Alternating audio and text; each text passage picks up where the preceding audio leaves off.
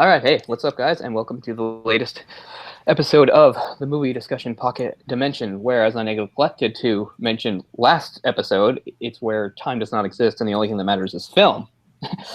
And, of course, I am your host and co-host, Cole, and the other co-host is the bearded fellow, Jay. Hello. Stingray.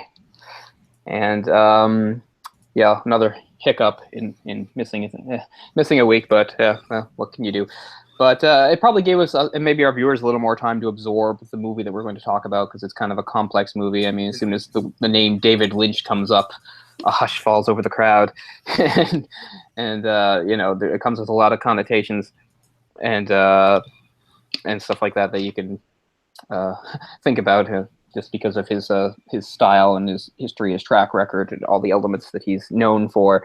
And we went straight for one of his most well-known films, I think. It was a couple of people asked for it, so so we're always glad to do that. And one of them was our good friend Orc, which is pretty interesting because we always make fun of him for not broadening his cinematic horizons enough. Really, it's like, you should watch this classic and he doesn't get around to it for whatever reason, stuff like that. So I was pretty amused when he wanted to do a David Lynch movie. And he's like, "Yeah, I want to watch this." I was like, "Oh, okay, let's go for it." Now, whether or not somebody's going to call this great cinema, it depends upon your taste. There's plenty of people out there, I'm sure, that think David Lynch is just a hack that likes doing mind screws to everybody. Well, yeah, I want to get into that eventually too. But Orc recommended this movie to us to do on the show before he'd actually watched it. And yeah. I was trying to find what he actually told me after he watched it. He's like, "What the fuck did I just watch?" or something like that. Yeah. So, which is the reaction a lot of people have, and I think I probably even had too. I saw this movie only a couple years after its release, probably 2003, 2004-ish, mm-hmm. And I saw it just when I was in that period when I had a friend who was into all that David Lynch stuff and was introducing it to me. And I remember I saw this movie very quickly on the heels of my first viewing of Lost Highway too. I was going to say the same thing. I was really into Lost Highway at the time. And the main thing I took away from it was I really preferred it to Lost Highway, although I like Lost Highway more now. The years have given me another perspective on it at the time. At the time, I was sort of annoyed and disgusted by Lost Highway, and this movie made me feel better about things. Now I like Lost Highway. One of my favorite things about Lost Highway is, I don't know if it's like this on the DVD or Blu-ray you can get now, but back in the day, in the VHS we rented, one of the things on the back was from some some movie critic from some newspaper or something like that, and the quote was something calling it a dark, sexy thrill ride or something. I'm just I understand that sexy is a subjective thing, but I mean, you're not very normal if you thought anything in Lost Highway was sexy. But I mean, I love that scene with Bill Pullman where he just looks like having sex is the worst thing that ever happened to him. He's just grimacing the whole time. He's "Oh, I have to do my duty. Oh, I hate this." It's pretty funny. That's the most un-Bill Pullman role for him to play in that movie. It's hilarious. Yeah. At the time, see, I wasn't... It would have been, yeah, like you said, if you knew Bill Pullman at the time, it would have been probably had a bit bigger effect. At the time, I knew the name, but it didn't really mean anything to me. But yeah, now in retrospect, you think of his body of work up until that moment. It's kind of like a punch to the gut seeing a movie like that. You're just like, what? It's well, that's the president from ID4, Yeah. Oh, he's known for his smile and smirk and stuff, and this he's just sort of wandering around in a haze, looking confused, which is the right thing to do if you find yourself starring in a David Lynch movie. Because the characters involved are often just as confused as the audience. But, yeah, as I said before the show, I mean, I was excited to watch this again because I've always called it my favorite David Lynch film. But even though that's true, I actually hadn't probably seen it for about 6 or 7 years. It's probably so I was not worried, but I was at least thinking that, maybe I won't feel the same way about it after this much time has passed, or maybe there's stuff I'm not remembering correctly. Well, it is true there's stuff I wasn't remembering correctly for sure, but to skip to the end there, it's still a movie I really like. It still probably is my favorite David Lynch film, and I've seen almost all of them. There's still a couple I haven't seen, a couple of the newer ones, and I don't know, it probably is between this and Twin Peaks that really cemented me as a David Lynch fan. Outside of that, I have his other movies that amuse me, but didn't necessarily make me a fan. And I don't know. Whenever I talk to people, like, not that's not true. It's kind of a limited group. When I think about like some of our friends and colleagues in the movie community and stuff, and guys we do the show with and stuff, you know, they always seem to bring up like Blue Velvet. That's probably my favorite. And see, that's one that really hasn't worked for me over the years. Like, I kind of liked it, and now I probably like it even less. I feel like it's just not interesting. I don't know. I feel like people get so caught up in what an insane performance that what's his name gives, Hopper. that Dennis Hopper gives, that like I think they're kind of forgetting that the rest of the movie's kind of under. Well, again, you know, that is just my opinion, of course. But to me, the movie's kind of underwhelming, and I don't know. It doesn't really have. It's hard for me to explain, but when I think about like people that don't like David Lynch and don't like his style, I can sort of see their point when I watch Blue Velvet. Is kind of how I feel. I feel frustrated with the characters, and I feel like this weird overall overhanging feeling of sort of not dread, but I don't know, something that makes me uncomfortable. And I'm sure that's part of the point of that movie. And they say, well, that's the point. You know, it's not supposed to be a happy, feel-good movie. And so, of course. I'm just saying, when it comes down to it, it's not a movie I enjoy revisiting at all. You know, I watched it probably last year, and it was probably the worst time. It seems like to get worse and worse every time I watch it. But a lot of people who I talk to, David Lynch, they immediately bring up that film. They really like it. Okay, that's fine. But to me, I think it's Isabella. Like it's spiritual opposite. Yeah, Isabella Rossellini really gets to me in that movie. But I like Kyle MacLachlan. I like Hopper. Oh, I certainly like Kyle MacLachlan. I definitely like him for sure. I'm a fan of his and just about everything. And I definitely, like I said, the Dennis Hopper thing is great. It's amazing. I just think sometimes people get swallowed up in that, and you know, they focus so much on that like the rest of the movie doesn't come down. But I mean, there's still some really good stuff in there, and definitely classic David Lynch. I'm just saying, I'm not trying to convince anybody that's not a good movie or anything like that. I'm just trying to explain, like, for whatever reason, it's never been one I've gravitated to, even though it seems to be the one that most people I talk to immediately bring up, whether they're David Lynch fans or whether they're more casual fans. That a lot of them, it's like, oh yeah, like Blue Velvet.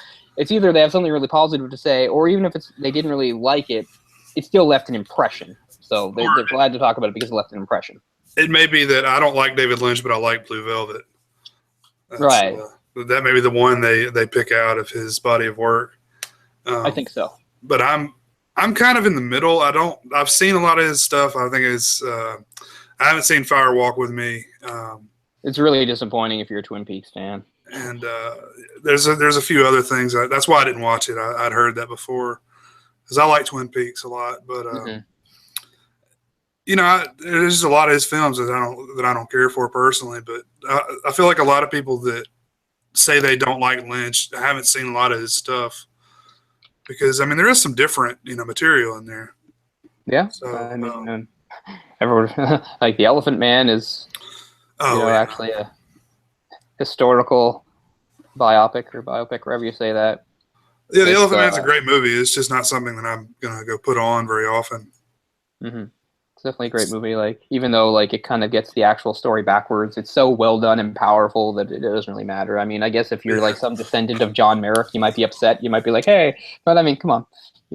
This happens all the time in these historical movies. They'll make changes. But it is true, the changes in this, I was kind of shocked because I didn't know at the time. It was kind of years later that I found out, just like that doctor who's supposed to be his friend was actually probably the person that exploited him the most. Right. Exploited him even more than the circus he was supposedly rescued from and stuff. So it kind of ruins it for that. But I just mean, for the sake of the movie being a movie, really good movie, I have no idea why he was the one picked to do the Dune thing.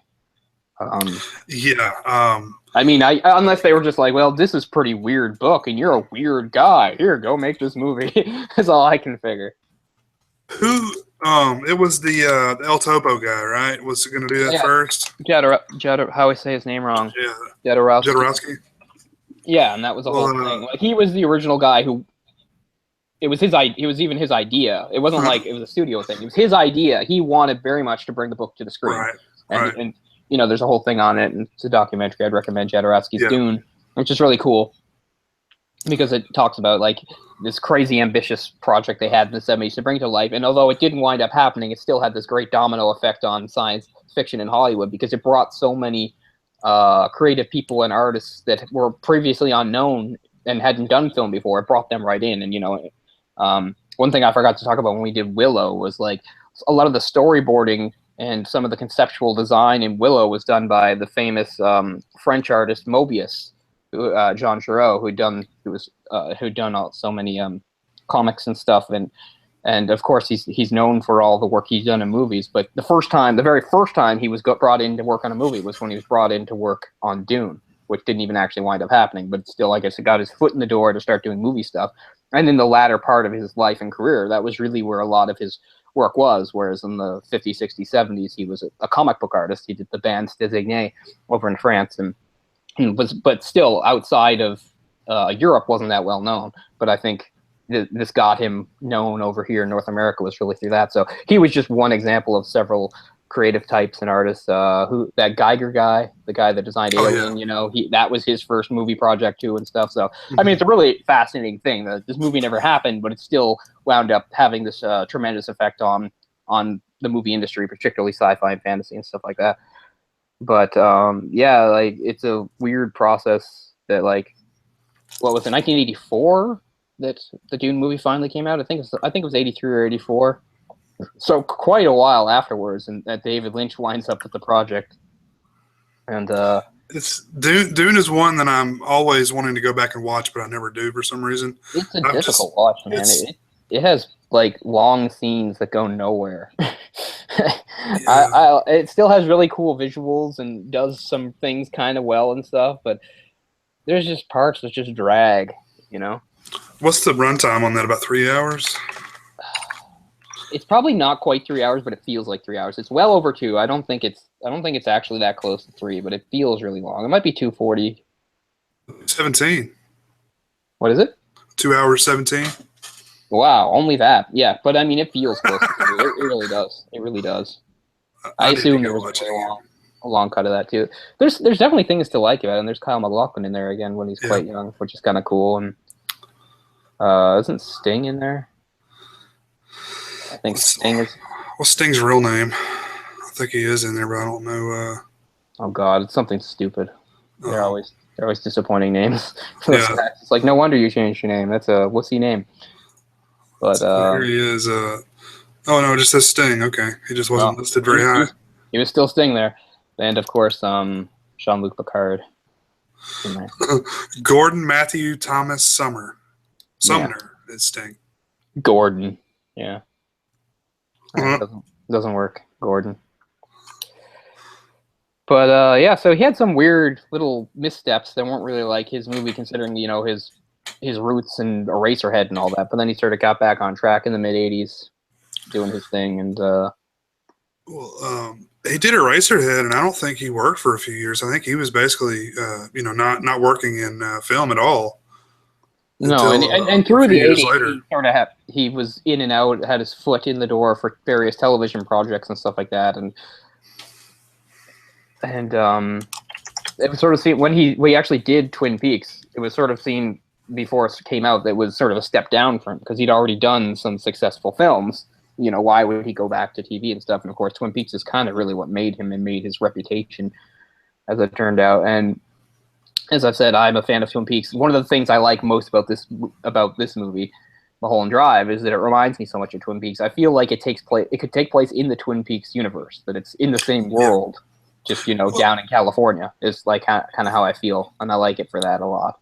I mean, I guess we can mention this, but it was intended as another miniseries, right? That was the intention when they started. He originally pitched it as like a pilot for like another sort of mystery type thing, except this time instead of being up in a small town, it would be right in LA, and it seems like a pretty good idea, and it kind of explains why it has certain plot threads that don't seem to go anywhere. Right Because it's like maybe originally they were conceived to actually be followed up on and stuff like that, and knowing Lynch, he just enjoyed keeping them in anyway. So so I can understand the criticism where people say, well, it has certain plot threads that don't even go anywhere, they're not resolved and stuff like that. I'm just like, well, for once, I don't think it was 100% him just necessarily throwing things around. Like, at least some of it, I think he did conceive of it at the time as, like you said, an ongoing series, so that some of this stuff would be followed up on, and then it just didn't turn out that way. It turned into a movie.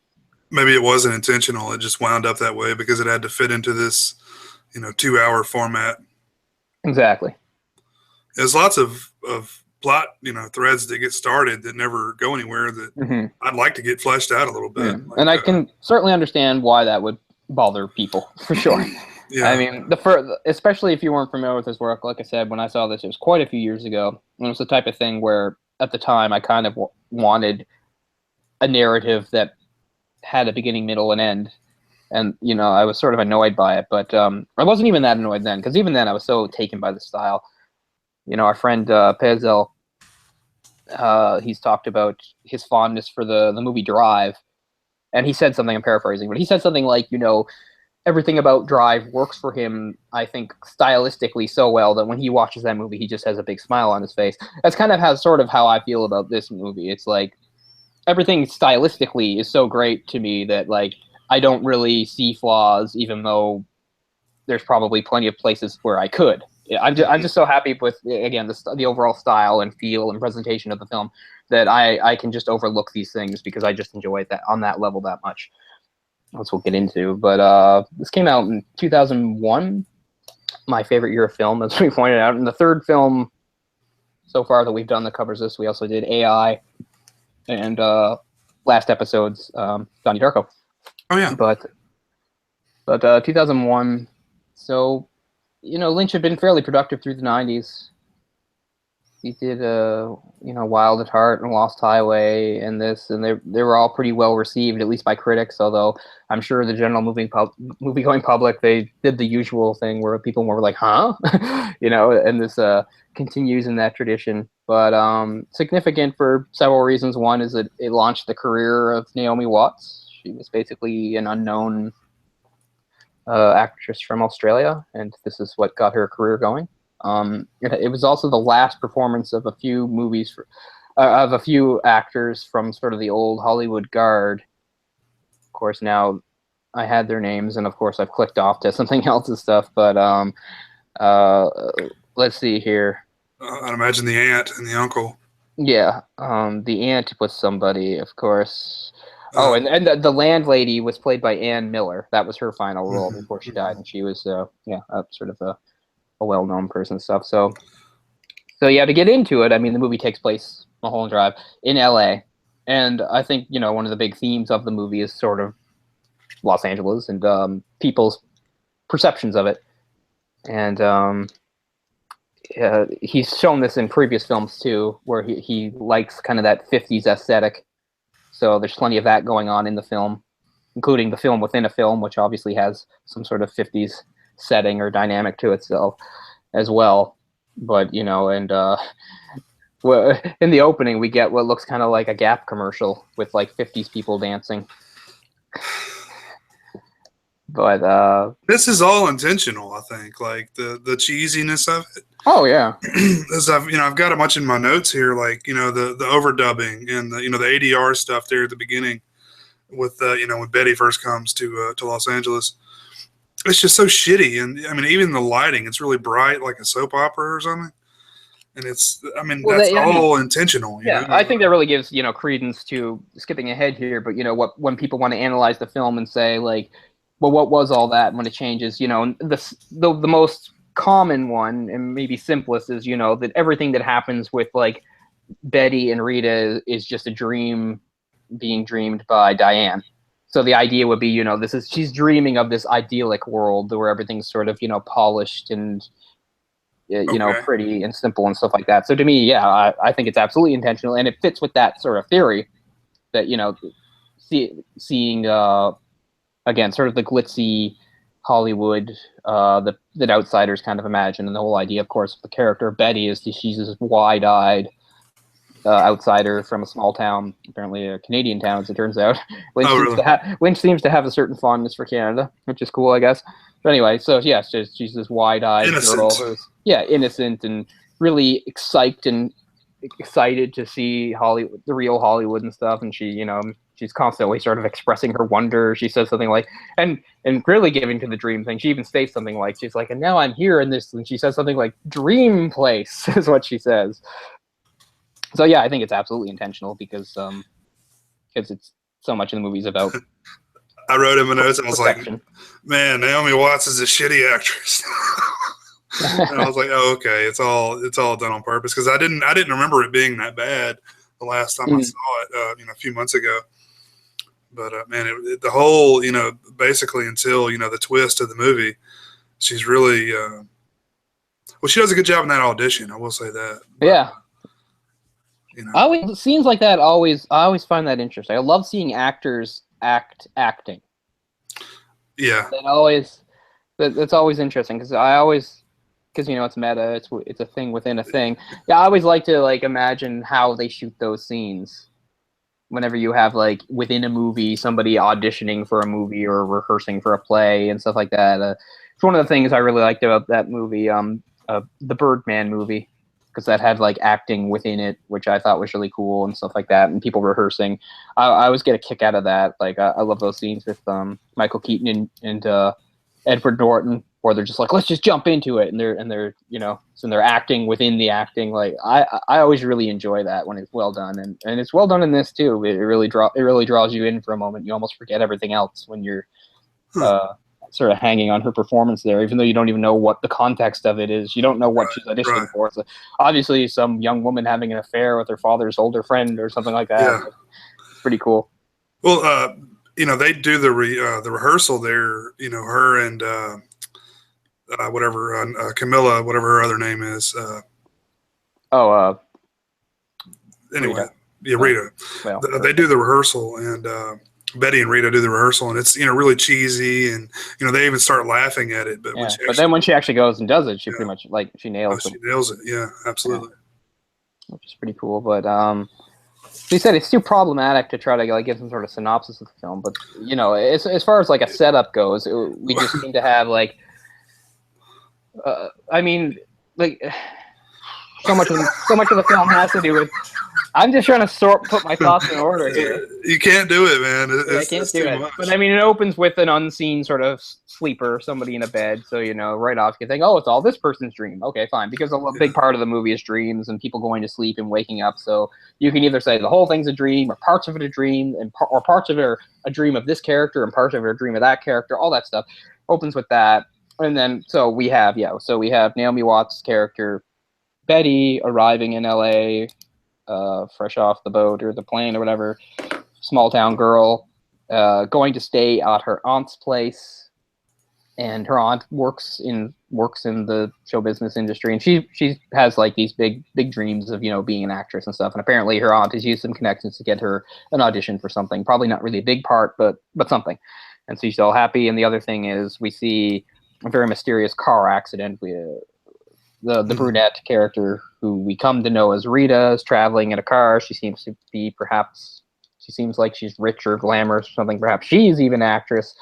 And suddenly the people driving the car turn on her and order her out of the car at gunpoint. But then at that moment, some crazy teens, again, sort of reminds me of the 50s, those 50s beach movies or something like that. They crash into it. It starts a car crash, and I guess everybody's killed except her, and she manages to get away. But then we find out that she's lost her memory. It's given her amnesia, and she's can't remember anything.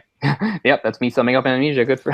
But anyway, she's very frightened. She still has some sort of echoing memory that she was in danger, and she feels the need to hide. And she winds up hiding out at this apartment, and Betty comes and finds her there. So that's how the movie gets going. Is that Betty finds this mysterious woman who can't remember her name or anything in her aunt's apartment.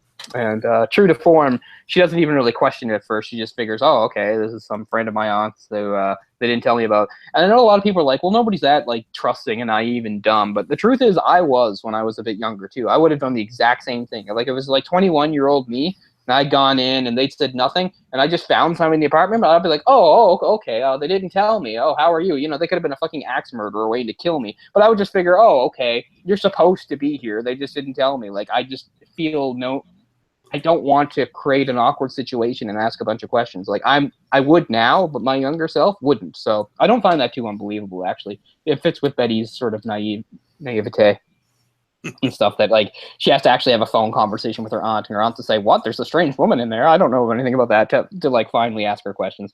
So anyway, the main crux of the movie, although there's other things going on, is her very good-naturedly deciding to not only let her stay, but also try to help solve the mystery of who she is and piece it back together. She gets to sort of play Nancy Drew and stuff. And she said something like, in the investigation, she says, it'll be just like in the movies. We can pretend to be someone else. And, she's all sort of happy and enthusiastic. So the movie's about that. And also their growing friendship, which turns into actually a romance, which I think is one of the best done romances I've seen in film. I'm going to be completely honest. Like, I'm usually a real cynical bastard about most romances, especially considering a lot of them have sort of the same setup, because it's usually about two people meeting under kind of weird circumstances and then falling in love way too fast, like not seeming realistic at all, and like seeming to like ignore all the realities of the actual relationship and love.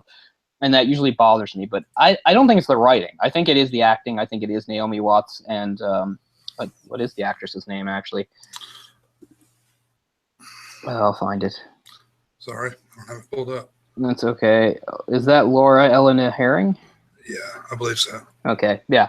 I think it's just that they are so good in their performance that it just comes across as really sweet and genuine to me. Yeah, because, I mean, in most movies, like, I accept romance, but it's not really something I'm interested in or care that much about and stuff. And often when they have their tender moments or they're kissing and stuff, like, it's not like I'm uncomfortable and want to look away, but I'm just impatient and want to keep going and get on to the rest of the movie. And this is one of the few movies where, like, I actually enjoy the tender moments between them and stuff like that, and it doesn't feel too contrived. And I don't know if I can chalk that too much up to Lynch, although maybe somewhat, but I really have to give it to the actresses, because I just think they pull it off in a really convincing fashion. And it seems very sweet and heartfelt and not at all exploitative, as I think there was, I'll ask you a question. It seemed like in this time, late 90s, early 2000s, I think there were a few popular movies that finally had some girl-on-girl action. They got everybody all talking about it. Nobody would shut up about it. 2 Days in the Valley, was that one of them? Yeah, that was one of them. And Bound was one of them. Bound, yeah, that's a good one. And I don't know if it was really girl on girl, but I remember, like, just in a year before that, you had Requiem for a Dream, which wasn't exactly lesbian, but it sort of had ass. Yeah, and I was the age where I was in my late teens, basically. So this was the type of thing my peers just talked endlessly about, like how cool it was that we had these movies that had like girls and stuff like that, And this was, in many ways, another one of those. But to me, I feel like this one actually had a point to make and wasn't just sort of riding some sort of wave or trying to pander. I just felt like it was just a very honest story that was told that way. Well, it happens that they're both women is kind of how it felt. And, I can't speak for how a woman would have felt. I can't speak how a lesbian would have felt or a gay person, But I just know how it affected me, that it didn't just seem like, oh, here's some like things to please the audience. We got a couple of hot ladies here. They're going to make out, Like, it actually felt like all that was kind of put aside, and it was just really trying to be genuine and talking about two people actually sort of falling for each other who happened to be women. It was very tastefully done, too. Even the scene where they are nude, or somewhat nude. Mm-hmm. I think it's very tastefully done. Like, I think Ork was talking about, he had heard about those scenes before and, was afraid of watching it, like, around... Yeah, he said, would it be awkward if somebody else came in and saw me watching this? It's not like a, porno or something. I mean, it's really, and it's not even really a whole lot of that in it. But no, I mean, there's only like 2 scenes. And they're, some topless kissing. Yeah, stuff, but I mean, it's not even a whole lot. But it was very tastefully done. And she has amnesia. So she asked her, she says, have you ever done this before? She's like, I don't know. Am I a lesbian? Possibly. Which also seem to be right now, because it's not one of those movies where they had to like analyze that and throw labels and everything. And I know I can get in trouble because because I understand why these labels exist and stuff like that. But it is kind of good to step away from them sometimes, because that seems to be an endless point of debate on these movies too. Especially, like for instance, one of the most famous was Brokeback Mountain, right? And a lot of people are like, well, that's the gay cowboy movie about the 2 gay cowboys. But there's a lot of people that are just like, well, at least one of them is probably bisexual, right? Because blah, blah, blah, And it just gets into an endless debate about whether or not, these guys actually cared about the women they were with, or they didn't care about them, but they were still attracted to them. It's like, well, he did have kids with them. If he had kids with them, he had to, actually become aroused. And, and this is the type of thing that people this is the type of thing people really get into and stuff. So it's like, so is it really fair to say that they were really gay or if they were just bisexuals who, you know, had stronger romantic feelings for men as opposed to, you know, and all this stuff. This movie, you don't really have to worry about that. It's more of like a pansexual thing, which is sort of like, it's just two people that click and they're in love, and it doesn't really matter that what sex either is. And that does occur in the world. I mean, there's people out there that try to deny it, but it's true, where like you don't even really necessarily think you're of any sort of particular, or maybe you do, you think you're of a particular orientation, and then you meet one person and it sort of turns you all around on it. Mm-hmm. And again, the movie doesn't, you know, hit us over the head with that or have anybody like freaking out over their sexual orientation or identity. It's just more, okay, we're caught up in this, and it seems, wow, we're in love with each other. This was before Brokeback Mountain, and you really didn't even hear that discussed. Whereas I think the popularity of Brokeback Mountain was because that was a subject matter. I don't think it would have. It definitely wouldn't have won an Oscar had it not been the subject matter, because it probably would have just been swept under the rug with the rest of the cowboy movies. You know, had that not been the main crux of the plot. Right. I'm not saying that shouldn't be the main crux of the plot. It makes for a good plot. I mean, it makes for a good plot in the case of Brokeback Mountain. I mean, sure, you can see the drama there. It's set in the 60s. You know, you can see all that. I'm just saying it's nice that in this movie, I don't know, most people's reaction to it didn't necessarily be to have to analyze everything about what their orientation was or any of that stuff. It was just, you know, it was a love story. Okay, it was two women, but that's not the important part. It was kind of like the thing, like the two people, they found each other and fell in love. I think it also makes a good point too, that like we see these types of situations in a movie. Okay, so Rita shows up and she's all vulnerable and you know, dependent and stuff. And I think it shows that, yeah, a woman is kind of susceptible to that too, that she can act that she desires too. It's not just something like a guy, you know, because we see it all the time. It's like the guy has to save the woman or take care of the woman, and boom, you have their connection. It's like it can work this way too. It can work just as well with another woman where the attraction builds. But anyway, we've already made more. It's funny. We were saying how like the movie is great for not making a lot out of it. Maybe we're making a lot out of it, but that's not our intent. We're just sort of. But anyway. I guess we can move on. But as you said, very tastefully done. But I don't know. Like, it's only my own personal experience because of my age and stuff. But I just felt like that kind of period, late 90s, early 2000s. I'm not saying it was like even a trend in movies. It just seemed like that was the type of thing that I always got to hear about from my peers because that was like the best thing. You know, it was two girls. That was just like the best, you know. that instantly made the movie incredible or good because, you know, it had some girl on girl, which is, I mean, sure. It doesn't hurt. Yeah, it doesn't hurt. It doesn't hurt. It's certainly I certainly can get enjoyment out of, I guess, but I just mean, you know, I'm more of an all or nothing person, so I mean, if I really, you know, need that, you know, there's a lot more direct avenues. We'll just say exactly. I don't necessarily need to watch a David Lynch film and get off on it, but you know, if you do, that is fine. That's why like softcore pornos like hardly exist anymore. Exactly. And like, you know, Cinemax has got to actually have some decent content. I know. Like, as we said, showing our age, I mean, I do have a certain nostalgia for it and miss it, you know. There was something weird about, like, my teenage self kind of paying attention to these crappily written Red Shoe Diaries episodes and stuff and things like that, just to get it, you know, just so that I could see the, you know, the softcore sex scenes. But still having the time in between my excitement where I was, like, just sitting there watching the stupid story and actually absorbing it. Yeah, it's the worst. Which is mostly, this is horrible, yeah. Yeah. But I don't know. There's probably has been some decent ones, but they're lost to time now. Yeah. Certainly their titles are. Well, they still make those movies. Like, believe it or not, I've got like Showtime and Cinemax. Like, they all have their app, you know. And there's they call it like Late Night or After Dark or some shit like that.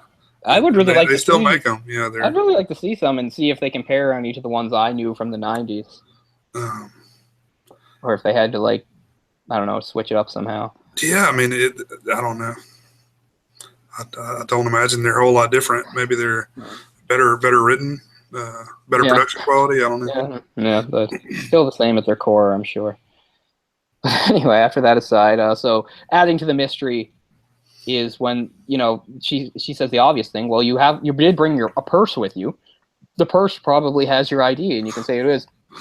Turns out the purse is full of money, but also a mysterious blue key. Yeah. And oh boy, So things are already getting Lynchy. It's funny. I think Lynch is a, people will talk about symbols and symbolism. So obviously Lynch likes symbols and symbolism, but I really feel like Lynch is a man who likes symbols and symbolism, but at the same time, more so likes making fun of it. I don't really think he actually takes symbolism seriously. I think he just is playing with it. And that's how I've seen it in a lot of these movies. And the Blue Key certainly seems like that way. It seems like he's just like doing that because like, this is what people expect of me. So yeah, here's a weird, mysterious box and a key. I almost feel like he just threw it in because it was more like it was expected of him, not because he really wanted to attach any sort of deep meaning to it. Because if he wanted to, he wouldn't make it so obvious as a key and somebody giving somebody else a key, because that's kind of too on the nose for him, really. Yeah. Yeah, that's true. It's I almost feel like I almost feel like this whole key thing is kind of like a wink. But yeah. I think a lot of the movie is a wink. Oh, sure. I'll get into that later. It's it's all like intentional. It's all like intentionally vague, and intentionally over simplified there with the symbolism. Right. Which again fits the whole dream thing, because dreams always have that vague thing going on in them, and stuff that's just there, and you as the dreamer don't question it. You wake up and you wonder what the hell it was, but when you're dreaming it, you have a weird certainty about things. Like things click and they just make sense and you don't question them. So I mean, that's what kind of holds a lot of his films together, is characters that live in a world like that. If we're going to use some more labels, if we're going to talk about a movie that's surrealism, well, this is definitely one, and you would probably say Lynch has his own brand of like a dark surrealism. And it's like, yeah, this is the best example I can come up with. Lost Highway 2 for sure. Oh yeah, it definitely was on the same kick. Mm-hmm. You can tell they're almost in the same, like you said, the same universe. Yeah, for sure, and very similar to a Twin Peaks type thing. And yeah, I don't know. I mean, that can be done poorly, but I just feel like it was done really well in this. I really enjoy it. Because it's really interesting watching scenes where like characters can at any moment say something you don't know what they're gonna say or how they react and stuff like that. I don't know. It's kind of funny. You could just break the film down scene by scene and even like analyze them independently of each other if you felt like it. Like when I was talking about how I remembered stuff, like I didn't remember that the whole Winkies scene happens that early in the movie. Yeah. That really threw me off that it happened that early. And then talk about something that doesn't seem to really go anywhere. That's like, even though they return to Winkies 2 more times, it's the whole thing about the man talking about a dream. So now we have a dream within a dream, perhaps, if you want to go that, saying that he dreamt about being at Winkies. Two characters that never show up again. Never show up again. I know. What's the purpose of that? I mean, it's... Mm-hmm. It's only basically to set up some sort of weird sense of foreboding about Winkies itself. Even though when Winkies is later used in the movie, nothing happens there. Like, it would make more sense if like something, some big revelation or some scary thing happened at Winkies. But the next scenes that happen at Winkies are kind of just ordinary, But that was another thing that my friends and I had like made up and stuff. Like, so he talked about there being a man behind there that would scare him, and then when he goes out to look, that said man is there. And if you want to call him a man, it's like really bizarre. We used to call him Winky the Breakfast Troll. This very bizarre looking, perhaps hobo man that was like hiding like behind the dumpsters at Winkies. But anyway, was it a man? I always thought it was a woman. Yeah, maybe. It's played by a woman. Look that up. It's played by a woman. But no, I'm just saying when he's describing his own dream, he says that he says it's a man. That's all. He just says there's a man there who, and I'm scared of him. And but it was actually played by a woman. You're right. These two guys that you never see again. Never see again. So I can see how there's a certain type of movie viewer that would just really turn them off. To me, I'm kind of too used to it now, especially with Lynch, so it's fine. And plus, at least they do come back to Winkies. It's just I just don't think they do it properly. It seems like they're setting up that like, okay, maybe so that means later on when our characters get to Winkies, something sort of scary happens or some sort of revelation. But no, it's just kind of ordinary. I mean, yeah, it is when they're at Winkies and she sees the waitress's name is Diane that it kickstarts her memory and she knows the name Diane Selwyn. It means something to her and stuff. But I mean, really, it's not maybe the payoff you're expecting after that whole other thing with the troll woman monster. But Well, we can talk about the hitman. That's another one of the three things that pops up, relatively quickly in the film. It's also my funniest David Lynch movie. This movie makes me laugh, and the me first too. time I ever saw the hitman scene, I actually was like laughing out loud. The first time I ever saw it, that's great. my favorite. My favorite scene in the movie. It's so funny. Super inept hitman. She gets shot in the ass and says something bit her, and it's so funny. Just like we don't really know. And again, he's somebody that shows up again later, and we understand what his role is in that context. But in this, it's just like he's here to kill somebody who actually seems to know him because he needs a black book. But you understand why it would go nowhere if you use the whole dream explanation, because it's the whole idea of just sort of a fragment. She had this interaction with him, knew he was a hitman. Well, in this, it's perhaps a possible dream. Here's the hitman on some job. We don't know what it's for, what it's about, but we get to see it go hilariously wrong, which is great. I think for us, the viewer, it's to establish how inept he actually is. Right. He's not very good at his job. Yeah. I like how and he seems to have had a previous existing relationship with the guy he's supposed to kill, and the guy, obviously he says what have you been doing lately? And he's like, oh, just some stuff for a guy. It kind of proves too. It's just like, well, I've recently became a hitman. Yeah. It's just like, okay, I'm now a hitman. I'm not that great at it, and I'm gonna have to kill you. And he was trying to make it look like a suicide, right? And that's how he wound up shooting. Yeah, I guess accidentally through the wall. But why would the guy kill himself with a silencer on? I mean, what would be the purpose of that? Personal problems. Yeah, I guess he didn't want to bother anybody. Yeah. So it was very polite suicide. That's how I would do it, probably, actually. And this is to get the black book. Black book that has a whole bunch of phone numbers in it, but we don't get to find out what that means or why. What the fuck that is? Yeah, what?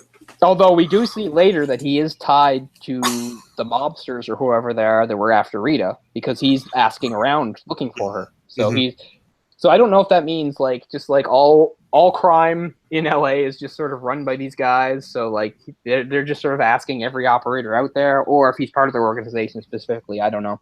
We also have one of the great sort of really vague, strange things, which is sort of like the head mobster guy, which is the guy in the chair, who has the unique ability to give orders and express his wishes by saying one word and sometimes nothing.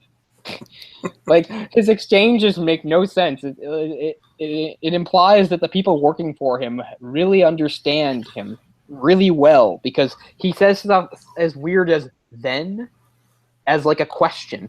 They're asking him a question, and then he says then, and they know what that means, and they're like, oh, okay, do that. And at one point, when they're talking about the movie situation, apparently they have some sort of interest in this movie that our director friend, who we'll get to, Adam, is the poor hapless director of, and stuff. He's just like, so do you just want us to shut down production?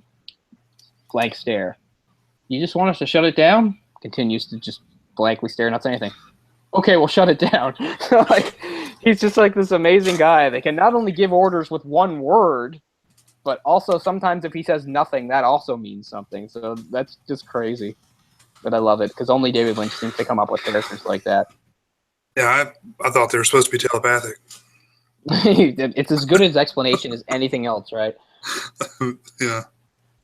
But it's plus some of the other funny stuff is the tragic stuff that happens to Adam, this director who's trying to make this movie work. And the whole thing is they're telling him that the lead he wants to cast, they're going to cast it, and they want some sort of unknown. And at first they don't. We find out the name later on, but at first we don't know the name. All they're saying is they're putting pressure on him. This isn't your movie anymore, and you're going to cast this person. We don't know why. They basically, his refusal to back down results in his life starting to fall apart. Although the fact that his wife was having an affair with Billy Ray Cyrus. Best casting in the whole movie. I like to imagine that it's just him playing himself, too. It makes it work even better. When he walks in, and he only has 3 lines, and they're all brilliant, because he walks in, sees his wife in bed with Billy Ray Cyrus. Billy Ray Cyrus says, just forget you saw it. It's better that way, which I think is totally true. You just need a mind wipe if you find your wife or girlfriend in bed with Billy Ray Cyrus. Then, after he starts struggling with her, and he pulls her apart, and he says, hey, that's no way to treat your wife. I don't care what she's done. That ain't no way to treat your wife, buddy. Yeah, which is amazing, and it's crazy hypocrisy. I mean, I love it. Yeah, and I love it. what was the other? There was something before that. Then there was a middle line too. Oh yeah, where she after he storms out and she's like says something like, "Oh shit," and he's like, "He's probably upset." You think?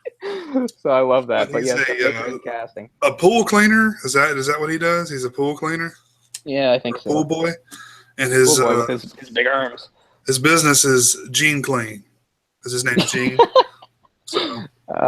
So funny. So yeah, that's actually unrelated to the rest, but it just fits in so well that like Adam's life is falling apart. So he gets kicked out of the house there and has to go stay at like some seedy motel and stuff. Although they follow him, and yeah, we're seeing a pattern here of shit that's unrelated to the main plot. Yeah. Like again, this is all stuff that probably would have gotten an entire episode. I don't know if this went, 12 episodes maybe. Sure. So. But I don't know. I find him to be like the most sympathetic character in it, even though he's not the main character. You just sort of feel really bad for everything he's going through. And again, that probably speaks to something what they were, making some of their statements about Hollywood and stuff like that. Because it is true that I think a lot of us think of directors as these big, powerful figures, but only a few of them really are. You kind of have to do a lot as a director to command respect. You have to basically direct like 5 or 6 or 7 really big blockbusters, then you command respect. The rest of the time, if you're a director, you're actually pushed around quite a bit, even though you're supposed to be the guy in charge. Like the studios push you around. Your own fame is usually dwarfed by the actors you're working with. In a funny sort of tie-in, I recently rewatched Tropic Thunder, and that's sort of how it is with Steve Coogan. Like he has no control over all the actors. Like he's just some director, he's some pawn. And these actors he's working with are all actually bigger names and more important than him, so he doesn't have any control over them. So I think that's something too they're saying about Adam here and stuff, which is true. I think often the outside public, we think of directors, we think of the legends and all the respect they command and the power they wield, somebody like Steven Spielberg. But the truth is, it takes a long time for a director to get to that point, and the vast majority of them, they're even though they're in charge on the set and stuff, they're actually not nearly as important or respected as a lot of the other people they work with. I mean, sure, compared to the cameraman or something like that, but again, the actors are really the people that are at the top of the food chain. Well, not the very top of the food chain, but higher on the food chain than a lot of the directors. So it's a neat little parallel we get between again, this sort of idealized version of Hollywood where everything's glitz and glamour and pretty, and for the purposes of this movie, is very 50s-ish. And then sort of the reality of it where, like, directors get pushed around and mobsters can control casting decisions and stuff like that. Mm-hmm. And let's see, I guess I can go ahead and continue with that plot line where he... The gangster comes to the house, this mountain of a man, and he's trying to find the director. What is his name? Adam. And he winds up beating the shit out of Billy Ray and the wife. Yeah, so, she's like jumping on him. She's like screaming at him because she thinks he's there because of Adam. So she's super mad at him with her jewelry. So she's jumping on him, going, "Get out of here! Get out of here!" Stuff like that.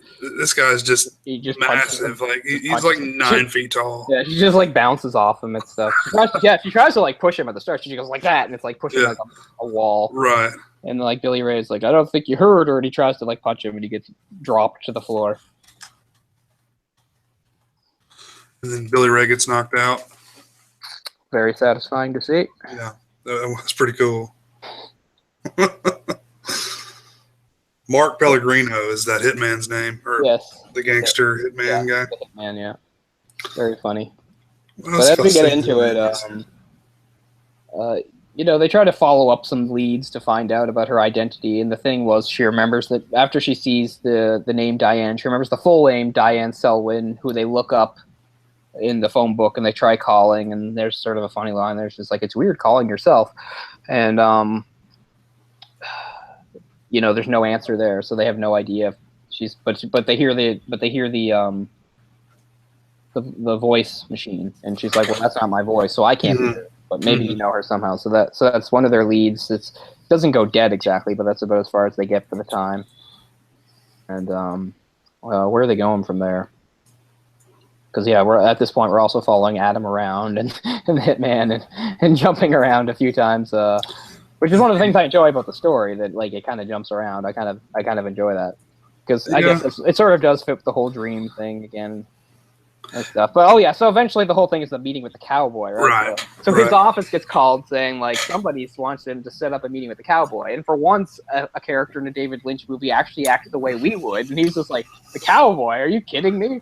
What the hell is this? Like he's actually has a realistic reaction to it. He's somewhat incredulous and stuff, but he does wind up going, and he has to meet a like weird crowd. It's very, a classic Lynch scene. He steps into like this corral, and suddenly like a light bulb flickers and comes on, and this guy dressed as a cowboy wanders out and starts, talking to him and bullshitting him and saying these weird, vague things and stuff. And yeah, I love this whole scene. I love everything about it. I love the dialogue. We're not going to go through it or anything like that, but I mean, if you guys haven't seen it, you just have to watch it for yourselves. You can probably just watch that scene on YouTube. I mean, watch the movie, but if not, you should watch the scene on YouTube and stuff.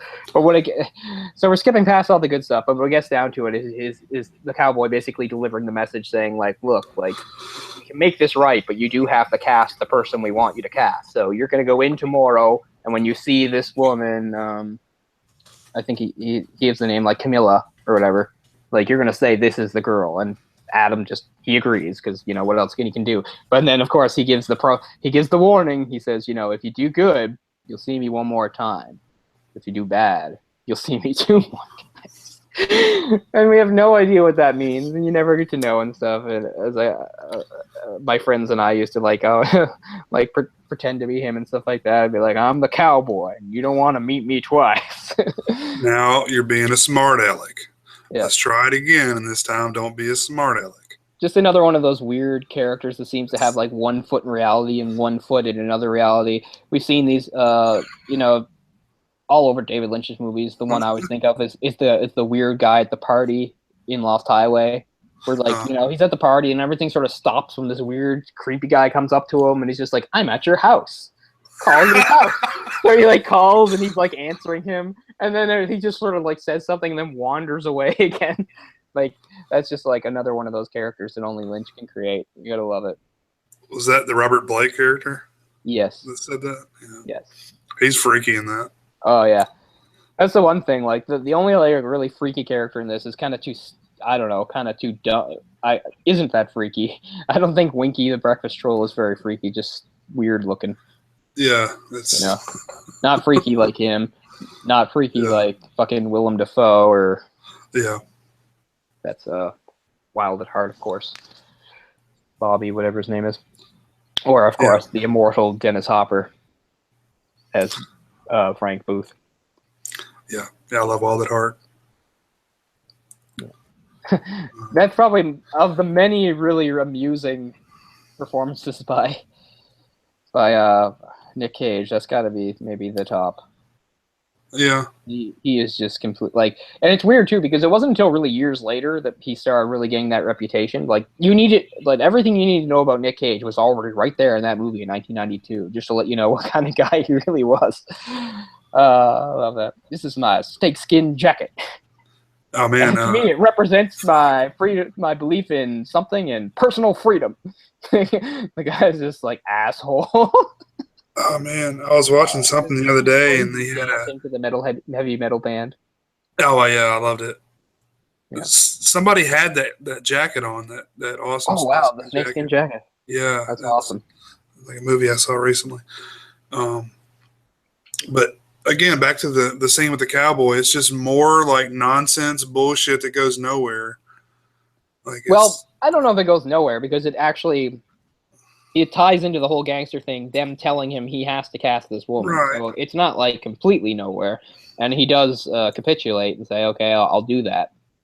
So it's not nowhere, but I mean, of course, the weird dialogue, but at least for once we have a character, like I said, Adam seems just as mystified by this as we are. Whereas most of the time in Lynch movies, when people say completely bizarre things, other people aren't weirded out by it. They just roll with it. At least in Adam's case, he's like kind of confused by it.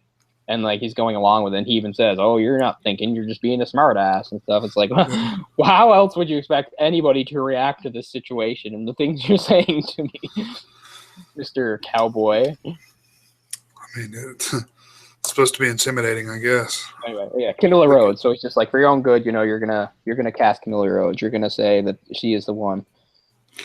And at this point, we don't know who that is yet, right? Right. And then the other thing is, what she's auditioning for is a film called The Sylvia North Story.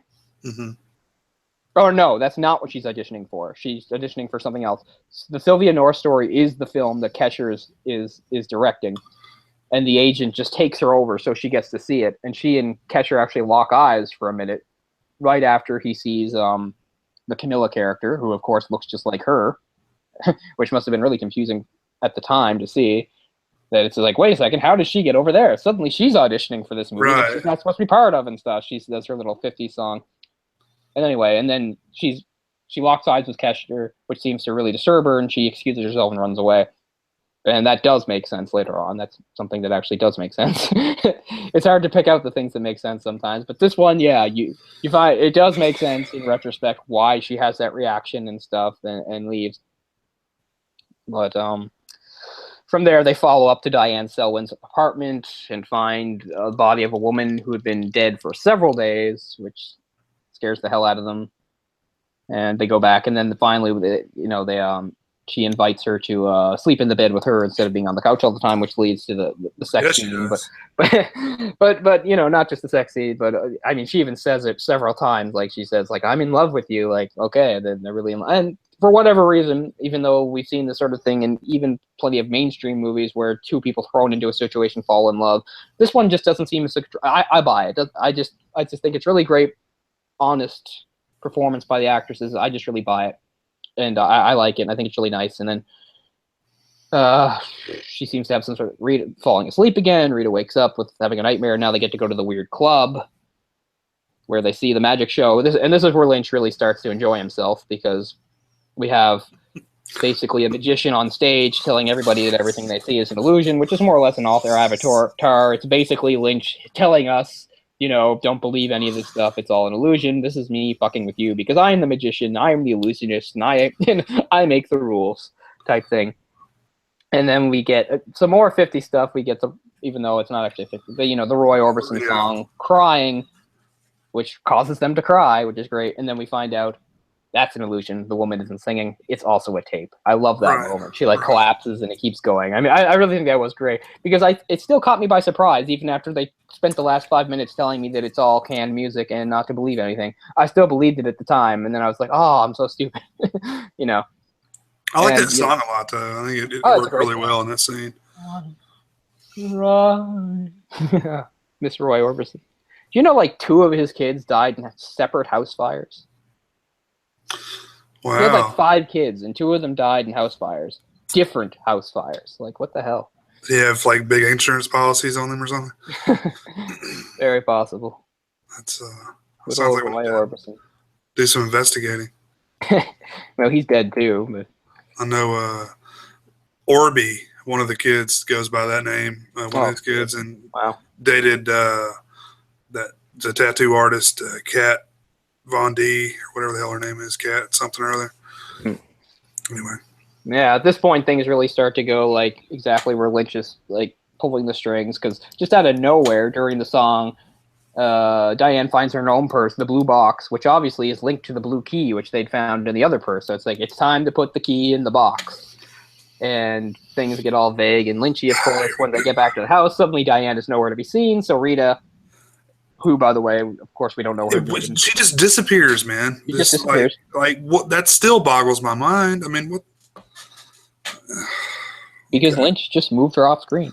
Yeah, here we go. Now she opens the box, and then we go to the second into the part box, of the film. and then into the second part of the film, and you know, this is where we get a much different thing. We get Betty is now Diane, who is an established actress whose relationship with Rita, who was actually the previously mentioned Camilla, or Camilla as they say it for some reason, and the relationship has fallen apart and it's left her sort of in shambles and her life falling apart and stuff like that. And it seems like she has left her for the director, Adam. So suddenly, on the flip side, in this reality, in this parallel universe, or perhaps the real world, if that was all a dream, I want to believe, things are actually working out for Adam. He's got this pretty successful girlfriend and stuff, and it's kind of nice to see. And anyway, as she pieces it together, she really misses her, and she feels like being invited to that party to hear probably their announcement of their engagement. Of course, we don't get to hear it. They just trail off laughing during it and stuff. It's the final straw. She hires the hitman we see before to kill her. And in the end, I guess on confirmation of her death, she's driven insane by hallucinations, including some of the stuff we've seen in dreams, including like when Betty first arrived in town, she'd ridden in with like these two really old people who were all smiley and happy, and now they're going getting right in her face. It's so dumb. They're going and she shoots herself, and cut back to the mysterious woman in the club, Silencio. And this is where most people are going, what? I'm glad you summed all that up. Like, that's like 45 minutes you summed up in like 20 seconds. That was great. Yeah. Well. No, seriously. But and then don't the two old people like come out of a can or some shit at the end? Like a little, don't they walk out? They're like miniature, like claymation. Yep. Isn't that right? Tiny anyway. I don't know claymation, but they're small. Or I mean, it's like stop motion or something. It looks really odd, right? Yeah. Right. But you don't have to think that means anything. At least I wouldn't. What the fuck? What the fuck? Silencio, and by the way, Silencio it seemed to be the name of the club, but it was also what Rita was saying before she woke up and went to the club. So, okay, sure. Silencio means silence in English, by the way. Sure. If you're not a linguist. I'm a cunning linguist myself. No one's heard that before. Nice. Yeah. Work it in somehow.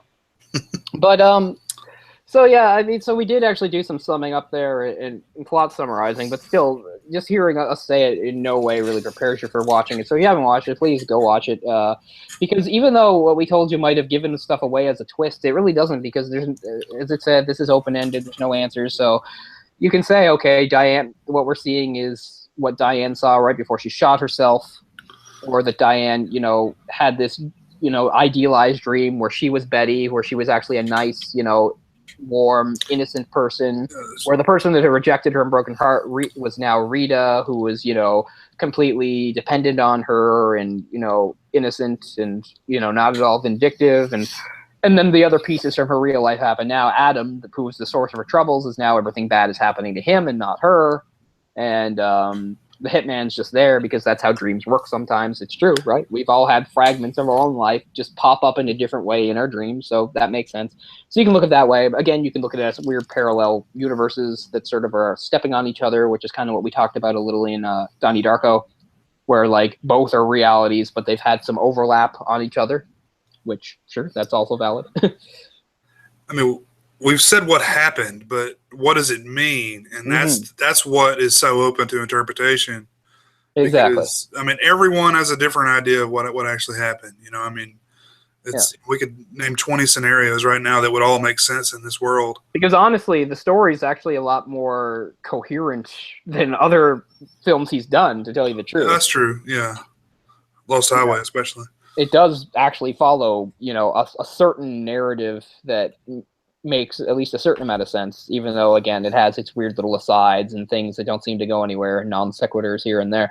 But I mean, there's still a comprehensive narrative that you can piece together for yourself without having to work too hard on it. And again, as far as symbolism and stuff goes, some of it, I think it's perception of Hollywood and dreams and the two kinds of dreams, of course. We were talking about dreams, the dreams you have when you go to sleep and you're conscious, but also the dreams are our wishes, our hopes, our aspirations, our dreams, the dreams we have for ourselves and stuff. So, I mean, both loom large in this for sure. But, so Betty is, this idealized dream self living in sort of like an old Hollywood type film where everything's sort of glitzy and pretty and ethereal. And but there's still dark, sinister forces at work because she's a heroine and she has to fight against something and stuff like that. Rita being a damsel in distress who she can rescue and protect and take care of, instead of, again, some sort of vindictive ex that has moved on and is like Right. waving it in your face, you know. So all that comes across very well. It's juxtaposed to the second half of the film, which is all too real, you know, because it's so, you know, emotional. You get to see her emotional breakdown and everything else. It's just, yeah. I don't know, man. I mean, yeah, again, you have to really give it to somebody like Naomi Watts. Oh, yeah. Great job. I mean, she has like in that scene as Diane, she has a scene where she's obviously being overcome and she's masturbating and crying, which is definitely a thing. Don't be weirded out by that, people. People do that. Ork wanted you to talk about that. I know he mentioned earlier. He wanted me. He has his own sad experiences of it. He's like, I'm not the only one. I'm not alone. You know, it's almost like it's almost like the way I think about it is that's like she's thinking of that dream while she's masturbating and crying because she knows the truth that, you know, her lover or her girlfriend that she loves so much is now dead. Yeah, and it's her fault. Right. And also that she'd moved on from her and stuff. And right. And then again, we get some of the overlaps because at the party where she's there, you know, that she says how she originally met her. She came to town. She's still from Canada, she says. She came to town, but this time she came to town when her aunt had died. Was instead of, you know, her aunt being somewhere else and letting her aunt had died. And she also says that it was on the set of that movie that they met, that same title. So now she was like, they were both directly involved in that movie. But I mean, yeah. And it's also possible too, like when you have the stuff that doesn't fit in as well, that it could be somebody else's dream, even Rita's, that Rita was actually the one dreaming about the hitman. Almost like it was she was sort of seeing like visions of the person that would kill her. So, you know, there's all sorts of possibilities, and you can't really dismiss any of them because Lynch did it that way on purpose, and he revels in the fact that people can draw their own conclusions and make up their own ideas and stuff like that. And just have a never-ending conversation about what happened. It could be this, it could be this, it could be this. Or maybe she shot herself, and it's all a dream, and maybe it's all bullshit, and she's in heaven, and, you know, I mean, what do you want to say? I mean, it all could apply. That's kind of what pisses me off a little bit about it because too open-ended. It's too open-ended, exactly. I mean, I'd at least like to know what he intended it to be. I think he wanted it to be intentionally vague because he had no ending. You know, he just wanted it to be, you know, whatever you want it to be. It's going to be the ending, and that's. Which again, I understand that criticism that people that don't like Lynch can have is sort of like, you know, there should be some sort of obligation on his part as the director and writer to tell us something. He's putting, you know, too much of that responsibility in the audience's hands. It's like you're leaving too much of it up to us. It's like you're supposed to be you're supposed to be the storyteller here. You know, just saying it's whatever you want, you know, and a lot of people can be dissatisfied with that. I understand that point of view. It doesn't bother me. Again, it's more because I like the movie so much, but you know, if I didn't, I'd probably be the same type of person saying these types of things. Well, I mean, I would, you know, generally I'm the type of person that likes an open-ended ending. Sure, right.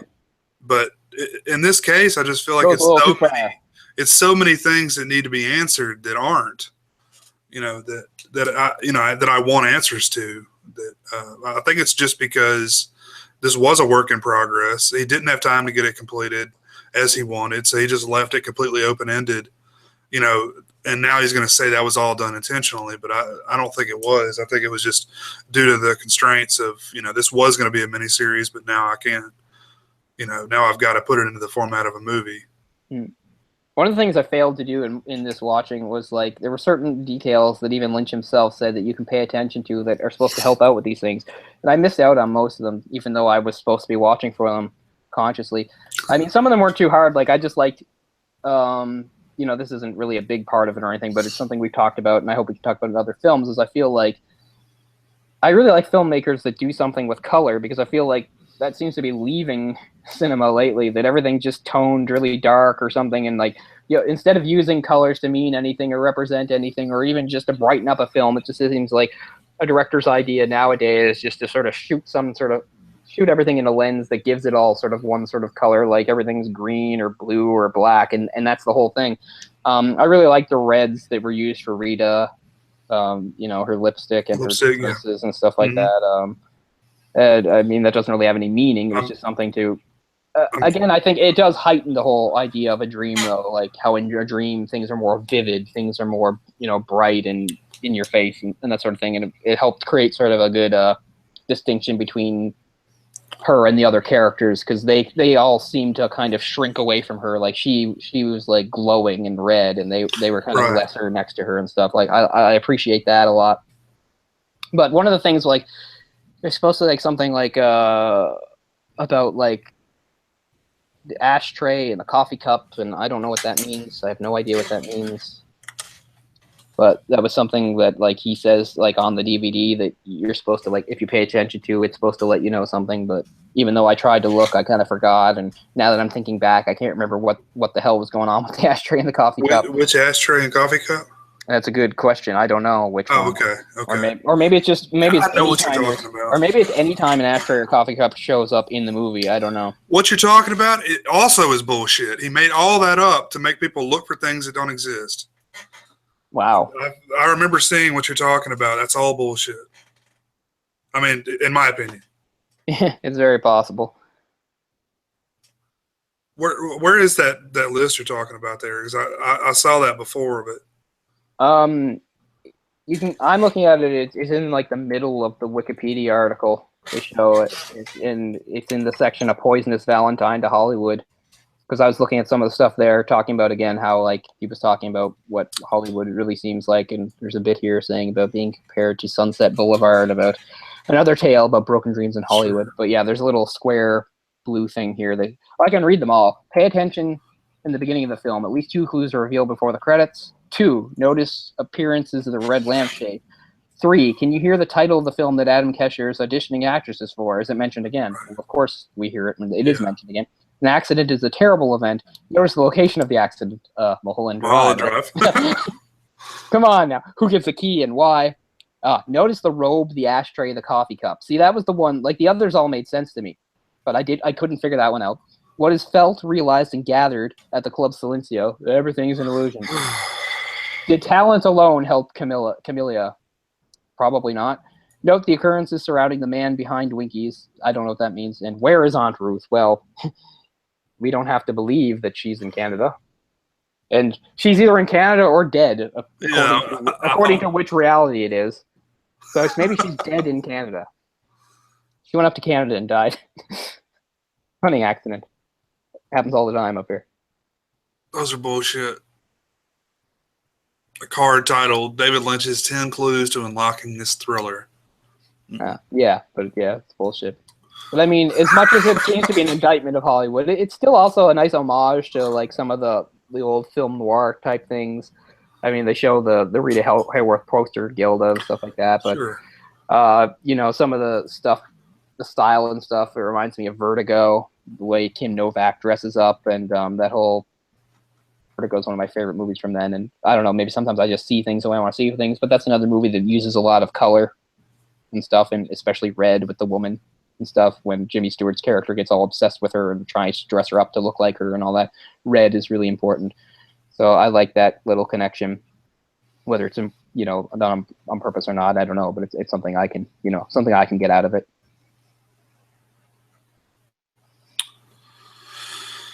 Oh man, yeah. So what do you think it means? What do you think the movie means? The whole movie? What's your I know there's a lot of possibilities. What would your best opinion? What do I think happened, or what do I think it means? What do you think it means? I think it just means that it's usually a rude awakening for us between dreams and reality, that we spend so much of our time idealizing things and imagining things a certain way, and that it's not even our fault. It's more of like just sort of like it's kind of like it's what's the word, defense mechanism for how crappy the world can be. It's just sort of like a human condition that we sometimes have to, like, lie to ourselves or make things up or change them into something better. I guess it's kind of the overall thing I get out of it. It's kind of like it's human nature to, like, idealize things and pretty them up or make them in a way that we like. like the way, you know, Diane sees Betty. Like, Betty's supposed to be like this girl with like no connections or anything, but she's able to get by on like just her talent is so her talent is so great that it gets her what she needs, and she's so, I don't know, and she's so competent and stuff that she can get Rita to depend on her and fall in love with her and stuff like that. I just feel like it's, you know, it's kind of a thing that everybody can relate to, that we all have. You know, it's really hard being honest with yourself if the truth is hard. There's even certain lies in my life that like I still kind of cling to, even though obviously I know they're lies and stuff like that. Like, there's a few at least I've gotten by on, but like there's certain things that I believed about myself for so long in telling other people that I've just sort of started to believe it too. I remember one was that this is going to sound incredibly petty and stupid, but I guess I'll admit it, was when I graduated high school, I was ranked 7th. I graduated 7th in a class of 204. But I would often tell people that I ranked 4th because I believed I should have been, because there were only 3 people realistically at the school that I couldn't compete with. But the fact was I finished 7th. But it bothered me so much that I started to kind of believe, and even if it ever came up, or even if it didn't come up, that I finished 4th, because those other people that were ahead of me, you know, if I had buckled down and concentrated a little more, I easily would have beaten them. So I can just remember, like, for years sort of reflecting on it and thinking, 4th, 7th, 4th, 7th, you know, I don't know. So that's very specific, but I just think it is true that like everybody carries with them, and I just wanted to bring that example up, I guess, because I realize, you know, it's kind of cliche to say, oh, we all lie to ourselves and stuff like that. So I wanted to provide an actual, real, personal thing, because I don't know. It's one thing to say it, but it is true that I certainly have and probably continue to lie to myself. And I feel like the movie has a lot to do with that, about how we lie to ourselves to protect ourselves, but also just to make ourselves feel better. And it's almost a defense mechanism. So I kind of feel like it's an overarching lie about various things, about ourselves, and again, Hollywood, that kind of stuff. So I don't know. If the movie means anything to me, it's like the real world is crushing and terrible. So as a defense mechanism, it is a human condition to lie to ourselves or change things. I guess is the overall thing I think it means, I guess. Wow. Very nice. And, you know, like I said, we got Lynch sort of speaking through the magician, saying everything's an illusion. That almost to me makes it sound like he's saying, well, it's okay anyway, because nothing's really real anyway. So, you know, everything, we all have our own lies, and everything we're seeing is everybody else's lies. Right. Kind of, you know, so it's like, don't feel bad about it, because everybody does it. And if you put it on a big scale, it's like, what's a bigger lie than Hollywood? The whole point of Hollywood is to tell us lies and make up stuff and present reality to the world that's not real. And we all and we all know it's not real, but we all clamor for it. And we all need it. Like, you know, this is a world where maybe if an alien came, they wouldn't understand Hollywood, but it's part of the human condition. We need these stories. We need this fiction. We need an actress that's actually, you know, she's very pretty, but we need to see her on magazines as flawless. You know, she's never had a pimple or anything in her life, you know, and, you know, that kind of is very much the world we live in. Wow. Yeah. You know, this did come just 2 short years after The Matrix. So. Yeah. In that one, we're not lying to ourselves, but robots are lying to us. Because we make even that makes sense, though, in the context of this movie. I mean, sure. You could say, you know, virtually anything, and it could work. But I mean, you could almost look at it like from a like crushed expectations. Like the first half of the movie is what an aspiring actress would hope her career is going to be like, and the second part is what it's actually like. Like, you know, you're just, you know, you're washed up and just miserable. Yeah. It's an awful place, man. I mean, I've been through LA. I've never actually spent a lot of time there. Yeah. And all that stuff. Yeah. It's pretty obvious. It's like, it's the place of dreams, but it's also the place where dreams go to die. You know? I mean, I think he was trying to touch on some of that, at least. You know, making some point on Hollywood. Where he's probably gotten the short end of the stick quite a few times. Hmm. I would imagine, because he does not live there, so that tells you one thing. Most people that even after they retire, they still live in L.A. or their main house is in L.A. So Yeah. But or that's it, man. Like it's hard to make sense out of this fucking movie. Seriously. Yeah. I mean, it really takes you down some different paths. It leads you here and there, and in the end, you don't know where you've been led to. And like we said, you kind of have to draw your own conclusions. It's a quintessential mystery movie at first. You got an amnesiac femme fatale. Yeah, the young actress trying to help her, mafia syndicate, hitman, mysterious black book, and all this stuff. But nothing really gets clarified, and things just get more and more surreal as things go on and stuff. And and you could or could not decide that it was all a dream, or again, we got a couple different realities intruding in on each other and stuff. But even with that, there's plot threads that we don't know what the explanation is. Mm-hmm. That I would like to know.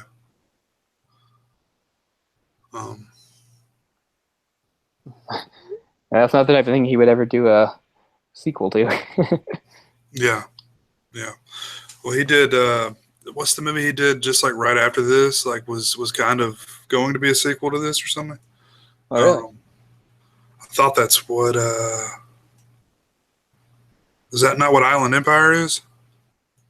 Yeah, I'd heard that too, but then when I saw the movie, I didn't really understand how that could be. Okay. But yeah, I heard that really early on, like several years before Island Empire came out. I think it changed. I think maybe that was sort of like some vague idea they had that completely got changed by the time. I'll have to see that movie again too, but it's hard to see a connection now. I don't even think it's stylistically that similar, to tell you the truth, because I remember being kind of excited for it and being kind of let down by it. That's one I haven't seen. But I haven't seen a lot of his more modern work in the past few years. Let's see what all has he done lately. Besides talk about Twin Peaks for the past 5 years. Yeah. I guess that was his last feature, was Island Empire. Yeah. Just done a lot of videos and shorts. Yeah. Oh yeah, and it's weird that mysterious mafia guy, the head of all the barely talked, like he's actually played by a little person, dwarf, but they use prosthetics to make it look like he's not, because they wanted to give the impression that he had a tiny head for his body, and he's actually the one that was from Twin Peaks. That's that actor. I forgot about that. He's wearing like prosthetics and stuff to make him seem like he's normally sized, just so it seemed like his head is really small. What an odd thing to want to achieve. Yeah, but and that's easily the most Twin Peaks part. Like when it shows like the room he's in, it looks just like a set from Twin Peaks. It looks like just like this, like the dream that Kyle MacLachlan was having. Like that room looks like it belonged right on Twin Peaks, with like the curtains in the background and the dark shadows and sort of the spotlight on the floor. Oh man, well, let's make this guy have a really small head. That makes him very sinister. Let's shave Robert Blake's head and paint him with grease paint.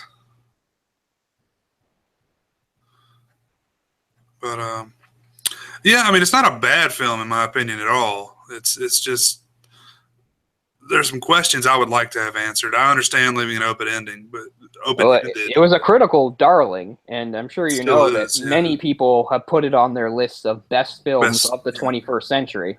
Like, the 21st century had barely gotten started when this film came out, and people were already calling that. And now, 15 years later, people are still saying the same thing. I kind of see it. I don't know. I watched a video earlier that was trying to explain some of the film, and they called it a masterpiece. I think it's David Lynch's masterpiece. Really? In the context of if he made a masterpiece, this is probably it, is how I feel. But, everybody seems to have their own ideas and opinions of what their favorite David Lynch film is and stuff like that. I've never really understood the appeal of Blue Velvet, but most people I talk to, Blue Velvet's the one. I mean, I like it. I definitely like it.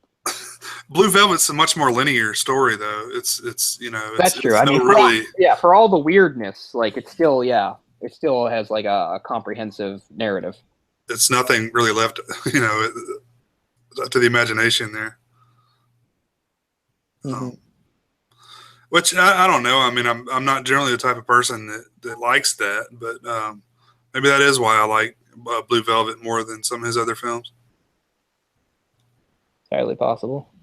So I'm just looking at some other stuff here too, just to see if there's anything I should have touched on. But I don't know. I'm looking. Some of the stuff is getting too deep to really bother with. It's deep, man. And I mean, it's not like I don't mind exploring that, but I don't know. I don't want to wind up just repeating a bunch of shit we already said. Well, I think people are giving him a little too much credit for, he's trying to talk about the meaning of life and just lots of other weird shit. I don't know. I feel like Terrence Malick is like the only director that really seems concerned with meaning of life stuff. That's like all his movies. Yeah, I think he's gone a little overboard with that, but that's just me. I like Terrence Malick though. I like visually. I think he's a great director. Yeah. And I think visually this is a great film. I love the camera angles. How there's a close-up when you're probably not expecting a close-up. And, it really works for the whole dream thing, too. Like, if you're looking at something from a weird angle or extreme close-up, well, that's very surrealistic. That's very dreamlike stuff. So, honestly, I think if you wanted to give movies, like, a dreamlike quality, it's not really that hard to do. You just have to follow a few really simple things. And like even like a not necessarily talented filmmaker could do it because there's enough material out there that you can just follow. But still, credit where credit's due. I like how they do it.